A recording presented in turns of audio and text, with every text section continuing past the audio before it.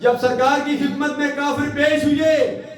امام الانبیاء علیہ تحیت و ثنا نے فرمایا میں بھی یوسف علیہ السلام کی طرح تمہارے ساتھ سلوک کرتا ہوں، جس طرح انہوں نے اپنے بھائیوں کے ساتھ کیا تھا۔ 11 بھائی جنہوں نے کنویں میں ڈالا تھا،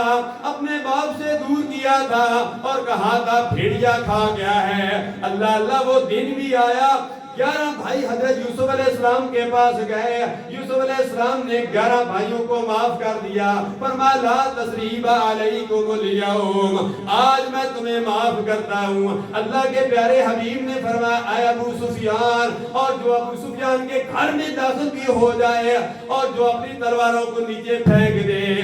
جو آج اپنے سر کو جھکا لے، فرمایا سب کے لیے معافی ہے، لا تثریب علیکم اليوم۔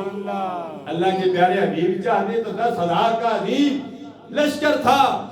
کفاروں کو نیست و نابود کر دیتے، گاجر مولی کی طرح کاٹ دیتے، لیکن اللہ کے پیارے حبیب نے معاف کر دیا۔ اس کا اثر کیا ہوا کہ ابو سفیان بھی مسلمان ہو گیا، کئی کافر جو سرکار کے پکے دشمن تھے مسلمان ہو گئے، سوائے ختم اللہ علی قلوبہم وعلی سمعہم وعلی ابصارہم۔